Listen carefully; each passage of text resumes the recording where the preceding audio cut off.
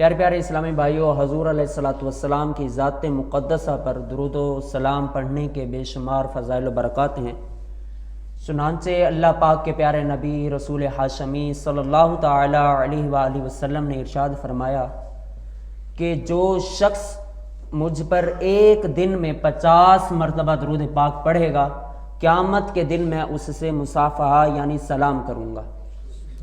صلو علی الحبیب صلی اللہ تعالی علی محمد۔ آئیے حصول برکت کے لیے درود شریف پڑھ لیتے ہیں۔ الصلاۃ والسلام علیک یا رسول اللہ وعلی آلک واصحابک یا حبیب اللہ۔ الصلاۃ والسلام علیک یا نبی اللہ وعلی آلک واصحابک یا نور اللہ۔ نویت سنت الاعتکاف۔ پیارے اسلامی بھائیوں، میں نے آپ کے سامنے پارہ 17 سورۃ الانبیاء آیت نمبر 35 میں اللہ پاک ارشاد فرمایا، جس کی میں نے تلاوت کی ہے، کل نفس ذائقۃ الموت ونبلوکم بالشر والخیر فتنہ والینا ترجعون۔ یہ آیت کریمہ میں نے آپ کے سامنے تلاوت فرمائی ہے، جس کا ترجمہ ہے ہر جان کو موت کا مزہ چکھنا ہے، اور ہم تمہاری آزمائش کرتے ہیں برائی اور بھلائی سے، جانچنے کو اور ہماری طرف تمہیں لوٹ کر آنا ہے۔ پیارے اسلامی بھائیوں، اس آیت کریمہ میں بتایا گیا کہ اس دنیا میں ہماری زندگی سراپا امتحان اور آزمائش ہے۔ ہمیں اس دنیا میں مسلسل آزمایا جاتا رہے گا کہ جب تک ہم اس دنیا میں ہیں، ہمیں ہمیشہ بار بار آزمایا جاتا رہے گا۔ کبھی تنگ دستی کے ذریعے، کبھی غربت کے ذریعے، کبھی امیری کے ذریعے بھی آزمایا جاتا رہے گا۔ انہی امتحانات سے گزرتے گزرتے آخر ہماری موت ہو جائے گی اور ہم اللہ پاک کی طرف پلٹ جائیں گے، لوٹ جائیں گے۔ یہ آتی جاتی ہوئی سانسیں زندگی کے لیے، یہ آتی جاتی ہوئی سانسیں زندگی کے لیے ایک امتحان مسلسل ہے آدمی کے لیے۔ آئیے اب اس میں لفظ ذکر ہوا نبلو، آزمائش کرتے ہیں، اس کا مطلب کیا ہے، کہتے کسے ہیں، یہ سنتے ہیں۔ اس آیت میں لفظ استعمال ہوا ہے نبلوکم، نبلو۔ اس لفظ کا معنی بیان کرتے ہوئے مشہور مفسر قرآن حکیم الامت مفتی احمد یار خان نعیمی رحمۃ اللہ تعالی علیہ فرماتے ہیں، آزمانے، جانچنے اور امتحان لینے کو ابتلا کہتے ہیں۔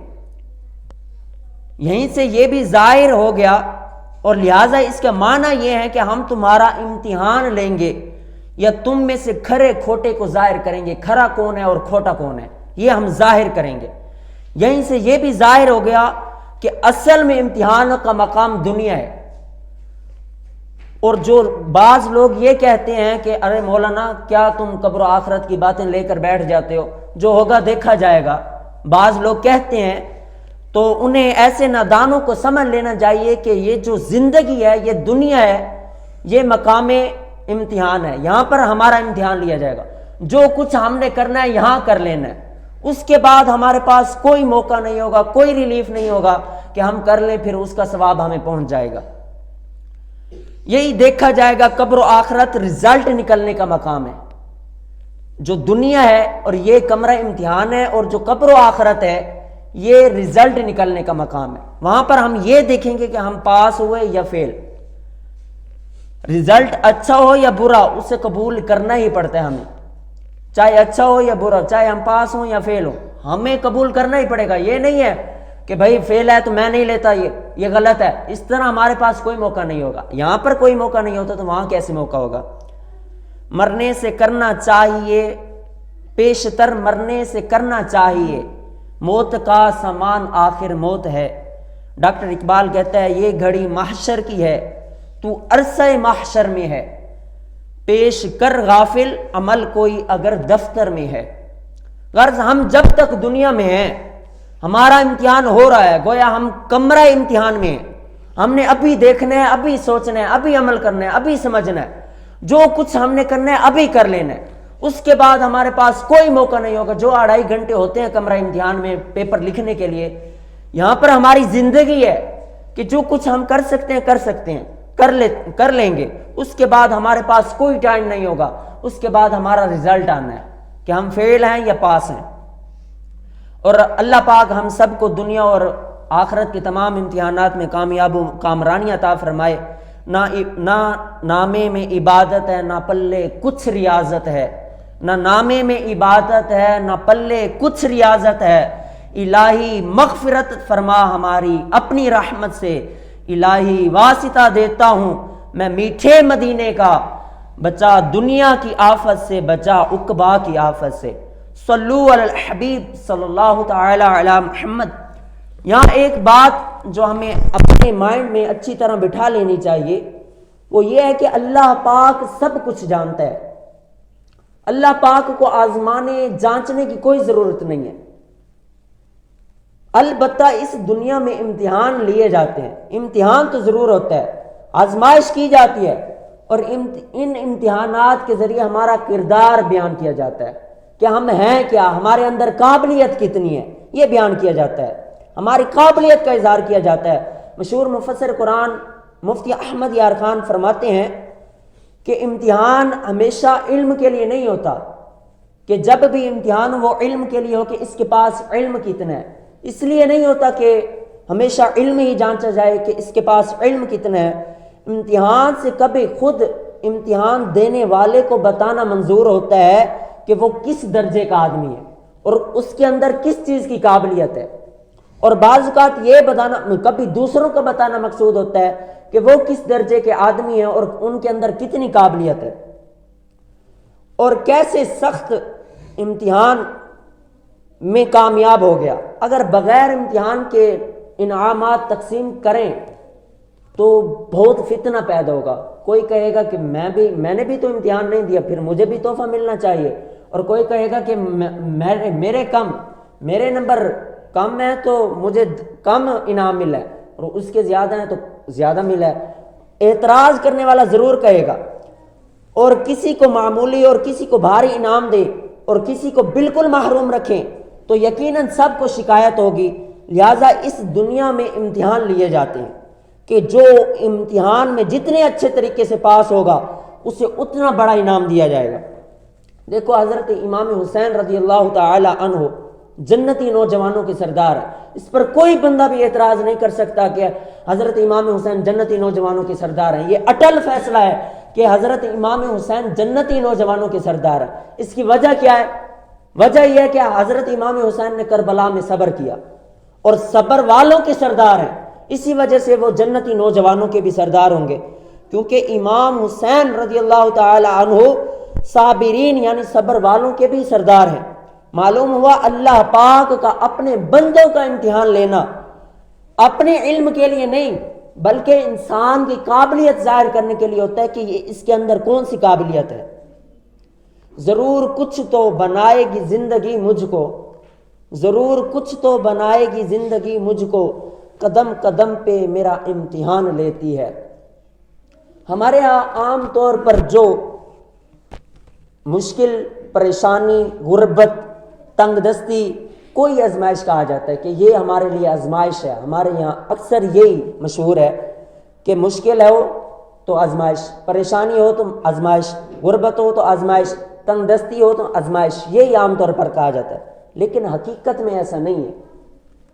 قرآن کریم کو اگر ہم بغور سمجھ کر پڑھیں تو پتہ چلتا ہے کہ اس زندگی میں کامیاب ہونے کے لیے ہمیں جن آزمائشوں سے گزرنا ہوتا ہے نا، ان کی 3 قسمیں ہوتی ہیں. پہلی یہ ہے کہ شرعی احکام کے ذریعے ہمیں آزمایا جائے گا، اور دوسری خوشیاں اور نعمتیں دے کر ہمیں آزمایا جائے گا، اور تیسری مشکلات، مصیبت اور پریشانیوں کے ذریعے ہمیں آزمایا جائے گا. آئیے شرعی احکام کے بارے میں سنتے ہیں. شرعی احکام کے ذریعے ہمیں کس طرح آزمایا جاتا ہے. دیکھیں، ہم پر روزانہ 5 نمازیں فرض ہیں، اس میں کوئی شک نہیں. ہم پر روزانہ 5 نمازیں فرض ہیں. اب ایک طرف ہم سو رہے ہوتے ہیں اور دوسری طرف سے ہمیں بلاوا آ رہا ہوتا ہے. اب میٹھی نیند ہم سو رہے ہوتے ہیں، اب اٹھا نہیں جاتا. یہ بھی ہمارے لیے آزمائش ہے کہ ہم اللہ پاک کے حضور حاضر ہوتے ہیں یا نہیں ہوتے. اور رمضان المبارک کے روزے بھی فرض ہیں، شرائط پائی جائیں تو زکوٰۃ بھی فرض ہوتی ہے، اور شرائط پائے جائیں تو حج بھی فرض ہوتا ہے، اور والدین کی خدمت، رشتہ داروں سے نیک سلوک، شراب سے بچنا، سود وغیرہ سے بچنا، یہ بھی ہمارے اوپر فرض ہیں۔ بچنا غرض جتنے شرعی احکام ہیں ان سب سے ہمارے لیے بچنا فرض ہے۔ ان سب کے ذریعے ہمیں آزمایا جاتا ہے کہ کون بندہ کامل طور پر اللہ پاک کی فرما برداری کرتا ہے اور کون نافرمانی کرتا ہے، اور کون شیطان کے قدموں کے پیچھے چلتا ہے، کون شیطان کی فرما برداری کرتا ہے۔ ان کے ذریعے ہمیں آزمایا جاتا ہے، اللہ پاک کی نافرمانی کرتا ہے، اور کون مال و دولت کی لالچ میں اللہ پاک کو بھولتا ہے اور اپنے گناہوں پر پھولتا ہے، اور کون ہے جو جنت کے بدلے جہنم کو خریدتا ہے۔ اللہ پاک پارہ 29 سورہ ملک آیت نمبر 2 میں ارشاد فرماتا ہے، الذی خلق الموت والحیات لیبلوکم، کہ ترجمہ کنز الایمان، وہ جس نے موت اور زندگی کو پیدا کیا کہ تمہاری جانچ ہو، تاکہ تمہاری جانچ ہو، تمہیں پہچانا جا سکے۔ یہاں اللہ پاک نے زندگی اور موت پیدا کرنے کی حکمت بیان فرمائی کہ زندگی اور موت کو اس لیے پیدا کیا گیا تاکہ تمہاری آزمائش ہو، تمہیں جانچا جائے کیا آزمائش ہوگی۔ پھر آگے اللہ پاک ارشاد فرماتا ہے، ایکم احسن عملا، کہ تم میں سے کس کا بہترین عمل ہے۔ اب جب یہ آیت کریمہ نازل ہوئی تو حضرت ابن عمر رضی اللہ تعالی عنہما سے روایت ہے، سرکار عالی وقار مکی مدنی تاجدار صلی اللہ تعالی علیہ وآلہ وسلم نے سورہ ملک کی تلاوت فرمائی۔ جب اس آیت کریمہ پر پہنچے تو ارشاد فرمایا، یہ جانچ ہوگی کہ کون اللہ پاک کی حرام کردہ چیزوں سے زیادہ بچتا ہے اور کون اللہ پاک کے احکام پر عمل کرنے میں زیادہ جلدی کرنے والا ہے۔ اب دوسری جو قسم تھی وہ یہ تھی کہ نعمتوں اور خوشیوں کے ذریعے ہمیں آزمایا جائے گا۔ صلو علی الحبیب صلی اللہ تعالی علی محمد۔ عاشقان رسول، یہاں بھی وہی بات ہو رہی ہے کہ اس دنیا میں ہم جن آزمائشوں سے گزرتے ہیں اکثر یہی کہتے ہیں کہ تنگ دستی ہو گئی، مشکل ہو گئی، غربت ہو گئی، رشتہ دار کی موت ہو جاتی ہے تو وہ ہمارے لیے آزمائش ہوتی ہے، اکثر طور پر یہی کہا جاتا ہے۔ لیکن اگر قرآن پاک کا بغور مطالعہ کیا جائے، اس کو پڑھا جائے تو یہ مطلب نہیں ہوتا، کیونکہ اللہ پاک ارشاد فرماتا ہے قرآن پاک میں، وَنَبْلُوكُمْ بِالشَّرِّ وَالْخَيْرِ فِتْنَةً، اور ہم تمہاری آزمائش کرتے ہیں برائی اور بھلائی سے۔ اب یہاں پر معلوم ہوا انسان کو صرف برائی، مثلا دکھ، درد، غم اور پریشانی سے نہیں آزمایا جاتا، اسے نعمتیں دے کر بھی آزمایا جاتا ہے، اسے خوشیاں دے کر بھی آزمایا جاتا ہے۔ حضرت سلیمان علیہ السلام کا حکمت بھرا فرمان سنتے ہیں۔ اللہ پاک کے نبی حضرت سلیمان علیہ السلام کا واقعہ بڑا مشہور ہے کہ جب ملکہ بلقیس حضرت سلیمان علیہ السلام کی خدمت میں حاضری کے لیے یمن سے روانہ ہوئی، حضرت سلیمان علیہ السلام کے دربار عالی سے کچھ فاصلے پر تھیں، تو حضرت سلیمان علیہ السلام نے اپنے درباریوں کو فرمایا، قرآن پاک میں ذکر آتا ہے، ایکم یاتینی بعرشہا قبل ان یاتونی مسلمین، جس کا ترجمہ ہے، اے درباریوں تم میں کون ہے کہ وہ اس کا تخت میرے پاس لے آئے قبل اس کے کہ وہ میرے پاس مطیع و فرما بردار ہو کر حاضر ہو۔ ایک بڑے طاقتور جن کھڑا ہوا اور اس نے کہا، علی جا، میں وہ تخت آپ کے دربار کا ٹائم ختم ہونے سے پہلے لے کر آ جاؤں گا۔ تو حضرت سلیمان نے فرمایا، نہیں، مجھے اس سے بھی پہلے تخت چاہیے۔ تو اللہ کے ولی حضرت آصف بن برخیہ رحمت اللہ تعالی علیہ نے ارشاد فرمایا، اس کا بھی قرآن پاک میں ذکر ہے، انا آتیک بہ قبل ان یرتد الیک طرفک، کہ اے سلیمان علیہ السلام اسے آپ کی بارگاہ میں آپ کے پلک جھپکنے سے بھی پہلے حاضر خدمت کر دوں گا۔ اب واقعی پلک جھپکنے سے پہلے ہی حضرت آصف بن برخیہ نے ملکہ بلقیس کا تخت حضرت سلیمان علیہ السلام کی بارگاہ میں حاضر کر دیا۔ اس سے یہ بھی ظاہر ہوتا ہے کہ اللہ پاک کے اولیاء کے سامنے کوئی چیز بعید نہیں ہوتی، کوئی چیز دور نہیں ہوتی، وہ چاہیں تو آنکھوں ہمارے دیکھتے ہی دیکھتے وہ چیز حاضر کر دیں، یہ ظاہر ہوتا ہے۔ پھر حضرت سلیمان علیہ السلام نے ارشاد فرمایا، ھذا من فضل ربی۔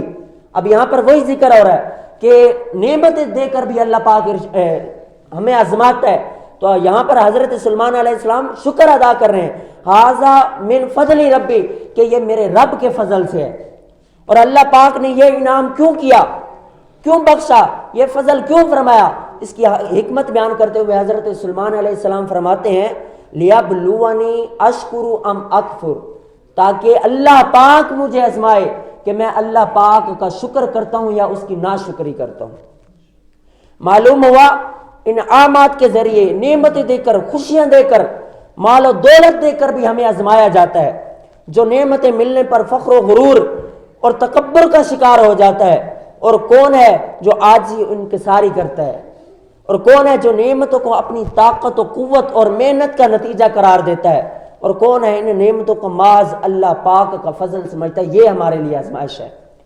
اب ایک ہم اس حوالے سے کہ بعض اوقات ہمارے اندر کوئی غریب ہوتے ہیں نا، تو وہ بیچارے کہتے ہیں، ہوتے تو غریب ہیں، وہ کہتے ہیں کہ ہمیں اللہ پاک دیتا نہیں ہے، اور امیروں کو دیتا ہے جو کہ اللہ پاک کی نافرمان برداری کرتے ہیں، کافروں کو دے رہا ہے۔ تو میں واقعہ آپ کو سناتا ہوں حضرت سلیمان علیہ السلام کا، اس کے ذریعے ہم دیکھتے ہیں۔ حضرت سلیمان علیہ السلام جب اللہ پاک سے کلام کرنے کے لیے کوہ طور پر جا رہے تھے، تو ایک شخص آیا آپ علیہ السلام کی بارگاہ میں، عرض کرتا ہے اے موسیٰ، آپ اللہ پاک کی بارگاہ میں اللہ پاک سے کلام کرنے جا رہے ہیں، میری ایک عرض ہے، آپ اللہ پاک سے وہ عرض کر دیجئے گا۔ حضرت موسیٰ علیہ السلام نے فرمایا جی فرمائیے کیا آپ کی عرض ہے؟ تو اس نے عرض کی کہ اللہ پاک نے مجھے اتنا مال و دولت دیا ہے، اتنا مال و دولت دیا ہے کہ اب وہ میری پوری زندگی کے لیے کافی ہے، میرے اہل و عیال کے لیے کافی ہے، تو آپ اللہ پاک سے عرض کر دیجئے گا کہ وہ اپنا مال مجھ سے روک لے۔ تو حضرت موسیٰ علیہ السلام نے فرمایا ٹھیک ہے میں عرض کر دوں گا۔ تو جب حضرت موسیٰ علیہ السلام جا رہے تو پھر ایک آگے غریب تھا جس کے پاس بدن چھپانے کے لیے کپڑا بھی نہیں تھا، اس نے ریت سے اپنا بدن چھپایا ہوا تھا۔ تو اس نے کہا اے موسیٰ، آپ اللہ پاک کی بارگاہ میں جا رہے ہیں، اس سے کلام کرنے جا رہے ہیں، میری آپ ایک عرض کر دیجئے گا اللہ پاک سے۔ تو آپ نے فرمایا جی فرمائیے آپ کی کیا عرض ہے؟ تو اس بندے نے کہا کہ اے موسیٰ، اللہ پاک سے عرض کیجئے گا کہ کسی کو تو اتنا مال دیتا ہے کہ اس کے پاس بہت زیادہ ہے، اس کی ضرورت سے بھی زیادہ ہے، اور مجھے تو اتنا بھی نہیں دیا کہ میں اپنے کپڑے اپنا بدن ڈھانپ لوں۔ تو موسیٰ علیہ السلام نے فرمایا ٹھیک ہے میں یہ بھی عرض کر دوں گا۔ جب حضرت موسیٰ علیہ السلام پہنچے تو اللہ پاک سے عرض کی یا اے اللہ پاک کہ تیرے برگزیدہ بندے عرض کر رہے تھے، دو عرضیں ہیں، ایک بندہ تیرا عرض کر رہا تھا کہ تو نے مجھے اتنا مال دیا ہے، اتنا مال دیا کہ وہ میرے اہل و عیال کے لیے میرے لیے کافی ہے، اب مجھ سے مال روک لے۔ اور دوسرا بندہ عرض کر رہا تھا کہ تو نے مجھے اتنا بھی مال نہیں دیا کہ میں اس سے اپنا جسم ڈھانپ لوں۔ تو اللہ پاک نے ارشاد فرمایا اے موسیٰ ان دونوں سے کہنا، پہلے جس نے تجھے کہا تھا کہ اپنا مال مجھ سے روک لے اللہ پاک کہ میرے پاس بہت زیادہ مال ہے، کہ تو میرا شکر کرنا بند کر دے، میں تجھ سے مال روک لوں گا۔ اب جو دوسرا بندہ ہے جس نے تجھے کہا ہے کہ میرے پاس کپڑے نہیں ہیں ڈھانپنے کے لیے، اس سے کہنا کہ تو میرا شکر کرنا شروع کر دے، میں تجھے اتنا دوں گا کہ تو دیکھتا ہی رہ جائے گا۔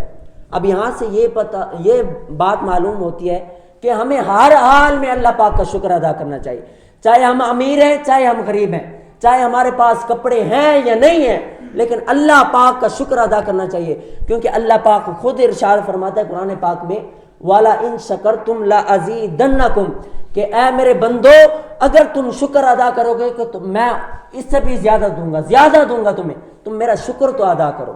اللہ پاک سے دعا ہے کہ جو کچھ ہم نے سنا اور پڑھا اس پر عمل کرنے اور دوسروں تک پہنچانے کی توفیق عطا فرمائے، اور ہمیں ہر حال میں اس کا شکر ادا کرنے کی توفیق عطا فرمائے۔